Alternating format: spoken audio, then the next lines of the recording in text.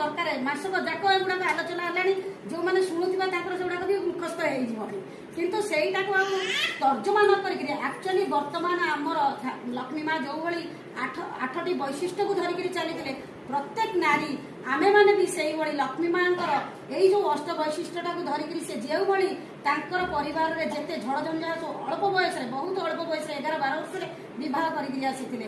କିନ୍ତୁ ଏବେ ତ ନାରୀମାନେ ଯେଉଁ ବୟସରେ ବିବାହ କରୁଛନ୍ତି ସେମାନେ ସଂସାର ବିଷୟରେ ଅଧିକ ଜାଣି ନେଉଛନ୍ତି। ପ୍ରକୃତରେ ଯଦି ସେଇ ଅଷ୍ଟ ବୈଶିଷ୍ଟ୍ୟଟାକୁ ଧରିକିରି ନାରୀମାନେ ଚାଲନ୍ତି, ତାଙ୍କର ପାରିବାରିକ ଜୀବନ, ସାମାଜିକ ଜୀବନ, ଦାମ୍ପତ୍ୟ ଜୀବନ ସବୁକିଛି ସୁଖମୟ ହେବ, ମଙ୍ଗଳମୟ ହେବ। କିନ୍ତୁ ଆଜିର ନାରୀ ଯଦି ଆମର ସ୍ନିଗ୍ଧାମା ଆଜିର ନାରୀ ଉପରେ ଗୋଟେ ଲେଖିଥିଲେ, ସେ ଯେତେବେଳେ ସେଇଟା ଗାଆନ୍ତି ମୋତେ ବହୁତ ଭଲ ଲାଗେ, କିନ୍ତୁ ମୋର ସେଇଟା ମନେ ରହେ। ସେ କବିତାଟି କେତେଥର ଚାହିଁଛି ମାନଙ୍କୁ କହିବାକୁ ଯେ ସେ କବିତାଟା ଟିକେ ପଠାଅ, ମୁଁ ତାକୁ ପଢ଼ିବି ବୋଲି। ଭଲ ଲେଖାଟା ସେଇଟା। ଆଜିର ନାରୀ ଯଦି ଧର୍ଷିତା ହେଉଛି, ଲାଞ୍ଛିତା ହେଉଛି, ଅପମାନିତା ହେଉଛି, ନିଜେ ଚିନ୍ତା କରନ୍ତୁ। କାରଣ ଆମର ସୀତାମାତା ସେଦିନ ଯେତେବେଳେ ଲକ୍ଷ୍ମଣ ରେଖା କାଟି ଦେଇକିରି ଯାଇଥିଲେ, ଯଦି ଲକ୍ଷ୍ମଣ ରେଖା କ୍ରସ୍ ନ କରିଥାନ୍ତେ ତାହେଲେ ହୁଏତ ରାବଣ ଟେକିକିରି ନେଇପାରି ନଥାନ୍ତା। ଯଦି ନାରୀର ଆଚରଣ, ତାର କଥାବାର୍ତ୍ତା, ବ୍ୟବହାର କିଭଳି ହେବା ଉଚିତ, ଦ୍ରୌପଦୀ ଯଦି ସେଦିନ ଯେଉଁ ଇନ୍ଦ୍ରପ୍ରସ୍ଥରେ କହିନଥାନ୍ତେ ଯେ ଅନ୍ଧର ପୁତ୍ର ଅନ୍ଧ, ତାହେଲେ ହୁଏତ ମହାଭାରତ ହେଇନଥାନ୍ତା।